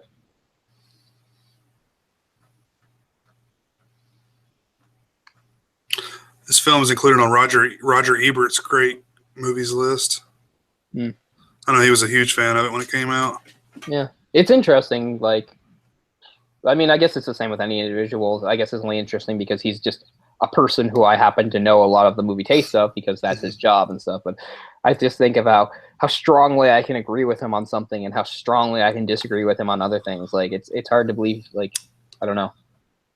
You would think it wouldn't be that all over the place, that they're, that either I would like agree with him most of the time or disagree with him most of the time, but it really is a case-by-case basis. Another movie that came out just a little before this that I like a lot, that I know Pezzo likes a lot too, is Dark City. Oh, yeah. Roger Ebert absolutely fucking loves that movie. And I'm just like, wow, that's amazing. Because usually I'm criticizing Roger Ebert and saying he doesn't know what's what and stuff like that. But I totally agree with him on the Dark City. Which have you seen the director's cut of that? Yeah, I own the director's cut. Yeah, me too. I like it quite a bit more than the theatrical. Oh, yeah. Theatrical, the opening monologue ruins it, for instance. Yeah, I don't think it did very well at all, did it? No. A big failure. You know me, yeah, it was a big failure. And then I felt like The Matrix did a lot of the same things, but in a flashier, cooler way and, like, became this huge phenomenon. So, like, that's, like, my main thing. It's something, Raiho and I have not argued about and stuff, but like tease each other over because he's a big Matrix fan and he like really does not like the other. And I say, you just don't like it because you know that your movie just ripped it off and stuff and isn't nearly as deep or interesting. But anyway. Yeah. I like them both. I still like the original Matrix. The sequels can go to hell. Yeah, I don't think it holds up quite like it should. But that's just due to the effects, and I don't know. That I think it was just one of those movies that hit me at the right time in my life. Like I was, about to go to college, and just like really open to new things and new ideas, and I'm like, oh shit, it's all a fucking sham, which was not a new idea at all. No, it was not a new idea, but it kind of just hit me at the right point of my. Cognitive development. It like blows me away that like still people like on like message boards and stuff will like insulting each other and stuff, like talking about taking the red pill and the blue pill is like a thing. Have you seen that? Because like that's a thing. Like if you're like on there and you're going like I think that Trump is blah blah blah blah blah blah blah, and then someone else is just like, oh, dude, you stupid idiot, you took the blue pill. Yeah, yeah. Like, you know. And I guess that's kind of cool. It shows the enduring thing. It's a lot better than the worst term I've heard, and I'm sure you've heard it too. I don't know. This seems quite new. Maybe it's been around for a while, but I've only heard in the last like calendar year. Special snowflake. Where the fuck did that come from? Because every time I see people argue on message boards about political things and stuff, somebody always comes along, and if they think if somebody is overly like liberal or naive or something, they call them a special snowflake. What does that mean? You think you're important? Do you think you're different? Yeah, I think they mean you think that you're important and you think your feelings matter and you're overly naive and sensitive. That's what I get from context. I don't know. But I see it all over the place, and I don't know. It really annoys me. I don't like that term at all. No, I think it's really annoying and stupid and simplistic, but I just mean it's really popular. It's all over the goddamn place. Like, put it into Google, you'll get 10 billion things of it probably. Orc says there's on Reddit, there's a red pill and blue pill subreddit. Of course there is. There's everything on fucking Reddit. I can't believe Orc reads that shit. It's not worth reading, Orc. I've tried to read it, and it amazes me that like you'll talk about how you can't read like a book for being long and stuff like that, but you'll link me stuff on Reddit, and it's just like so much text that even there's no way I want to like get through all of it. I'm just like, why would I do this? But you you read all that? I don't like the format. The format is garbage. It looks like it's like 1998. It does, but it's all like terrible grammatical errors, run-on sentences, and it's just hard to comprehend it.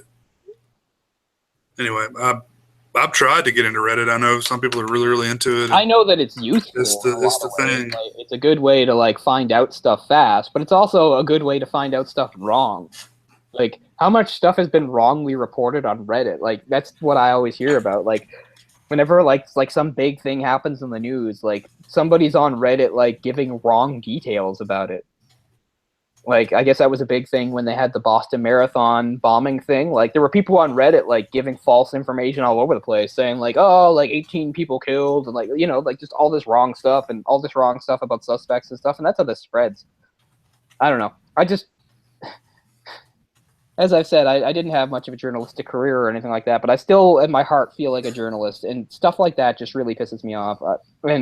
And I realize it's not the most sacred and amazing a profession, and it's the same thing as any other profession. There's good people and there's bad people. Like there's good cops and there's bad cops. Same thing with reporters and stuff like that. And it doesn't take any sort of special amazing integrity. But still, at the same time, I hate seeing sort of the common people think that they are fit to like spread news around and stuff because they do it in like the laziest, sloppiest, like worst way.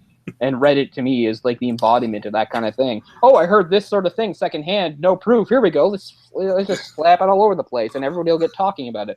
Now it's trending on Twitter, and then like 24 hours later, like everything about it is reported to be wrong, and I don't know. So it's actually not that useful, but that's a whole other thing. I don't know if it's a generational thing or what. I can't get into it. I think that is part of it too. It's like they'll link something on Reddit, and I'll go to it, and I'll be like, "What is this talking about?" Like it's just a bunch of people like with their comments on something. I don't even know what the fuck they're talking about. Yeah. Am I doing it wrong? Their comments isn't news. I feel like an old man. I mean, my comments aren't news either. I hate to tell you that, but what I think about the news is not news. If you want to hear it, that's fine, but it's not actually news. But sure. I think it is a generational thing. It's because I don't know. I know that you can be like over like 30 and still not have much of an attention span, but I don't know. I still feel like most of us actually have somewhat of an attention span. Once you get younger, the attention span. It's getting worse. Yeah. It's getting worse. And that's how like nobody's like informed about anything anymore because they can only absorb the news in like really fast little sound bites and yeah, exactly. Mm-hmm. And the world is just too complicated for that. It's like when I pumped gas the other day, there was a little screen there, and it gives you like just little snippets of news and shit, like just really fast.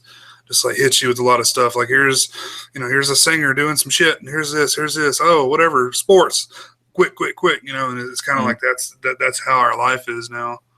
It's just, oh, Trump did this. Okay, here's some sports. Okay, here's Avril Lavigne doing some shit.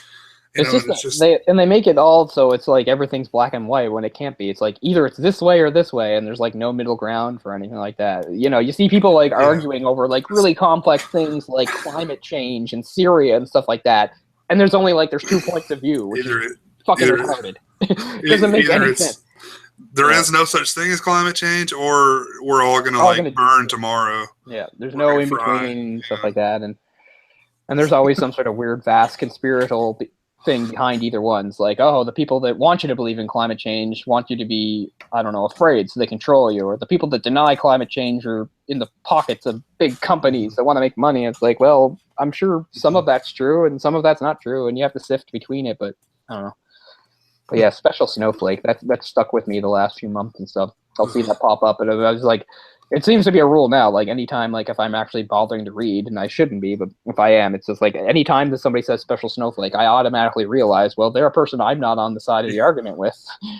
Do you get triggered? I guess that would trigger me, right? That's a trigger word right there, apparently. Or trigger term. Yeah, that's... We're only going to communicate in meme form from now on. Yeah, I'm not very good at memes. I never post them or anything like that because I don't know. I can't figure most of them out. Yeah. I don't know. Some are really specific, I mean, some, I get, but some are really specific, so I don't know. Yeah. Too specific. But, well, I guess we can wrap up unless you want to bullshit on anything else. Yeah, I don't know. But I am a fan of David Lynch. He's not like my favorite director. He's not even my second or third favorite director, but he's just somebody I mostly enjoy. He's kind of unique and cool, and he's got that weird, trippy thing going on, and he's got a lot of stuff I like. This is what I like the most. Mostly for its presentation, its style. I like its sort of film noir type presentation. I like its 50s aesthetic, but still mixed in with some 21st century stuff.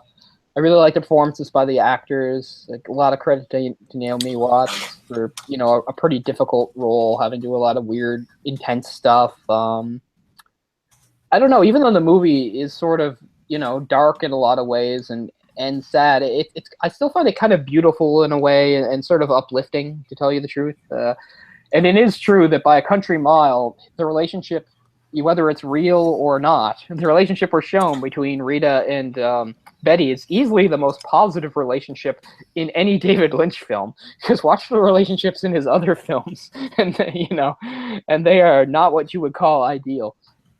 So in that way, it's a lot better.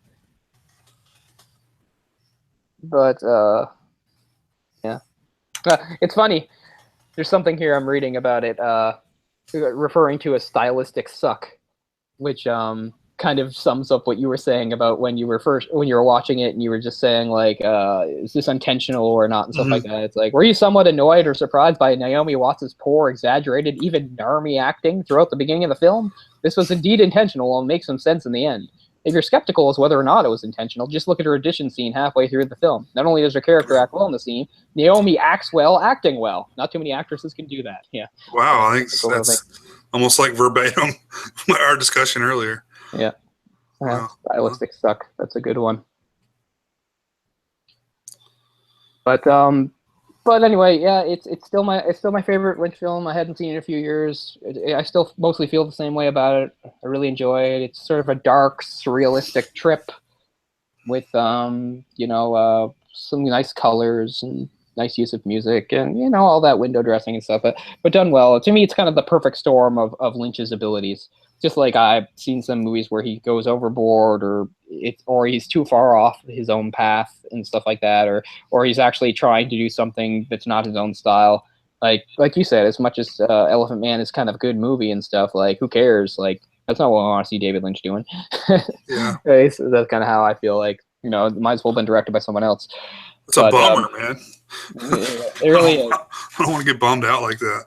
And I guess the way this movie plays out and ends and stuff, you could say it's a bummer, but it's not for me. I just find it kind of I find it kind of beautiful and uplifting and hopeful, and I don't know. I just think it is a sort of a good representation of, not to get too into it and stuff, and I know it's a very vague thing, but like the human condition, like I said, the way we perceive ourselves and the world around us, and how it's important to us to lie to ourselves and to other people, and how Hollywood, this dream factory, is basically us, paying each other to come up with better, more convincing lies or more entertaining lies and stuff like that. So you can say it's a really cynical way of viewing the world, but not to me. I don't think there's anything wrong with it. Lie has such a terrible connotation, so we won't say lie. We'll say something like idealization, or just dressing it up a little, or making some changes here and there and stuff. So that's a whole other thing. But besides the whole "what's the meaning of life" thing,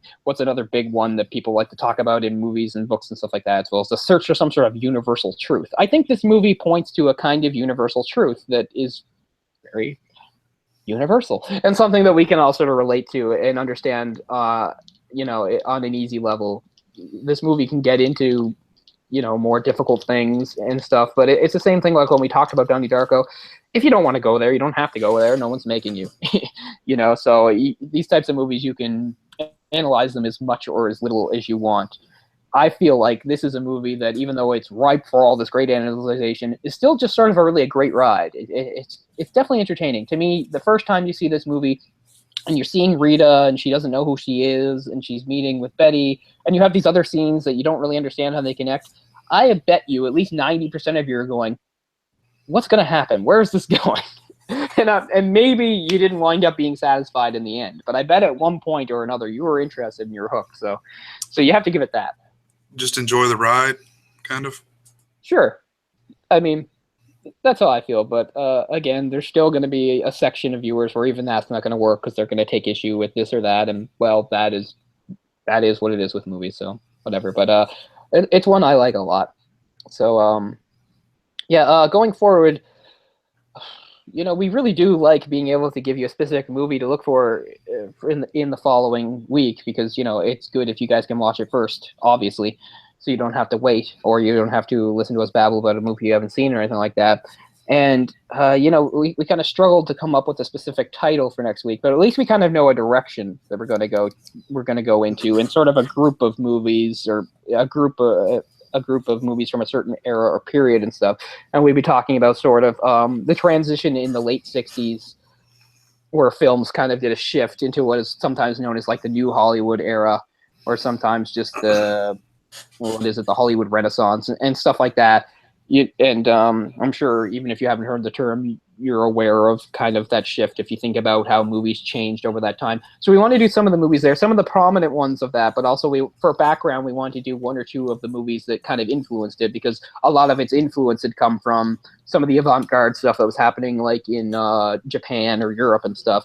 It wasn't until some of these movies were seen on this side of the world, or were seen by certain filmmakers, because they had those opportunities, that they started to incorporate that into their own films that were going to be made in Hollywood and the general North American viewing public and stuff. So we have some movies that are going to fit into that we're going to go forward with. So as this week goes on, I'm sure we'll finalize exactly which one we're going to start with, and we'll let you know on Twitter and stuff like that. But yeah, I think anybody who knows me knows I can't resist getting into some history and stuff, so we're gonna do a bit of that going forward. So like I said, in the coming days, we'll let you know. We'll finalize what the first one's going to be, but it's going to probably be a series of maybe 4 or 5 movies, because we feel like there's a lot of stuff to mine there. It's a very there's a lot of broad material, and a lot of opportunities for discussion and different stuff, because the whole thing was it was a movement that it covered the whole industry. So it's not just like it was one genre or anything like that. It'll be films of all genres,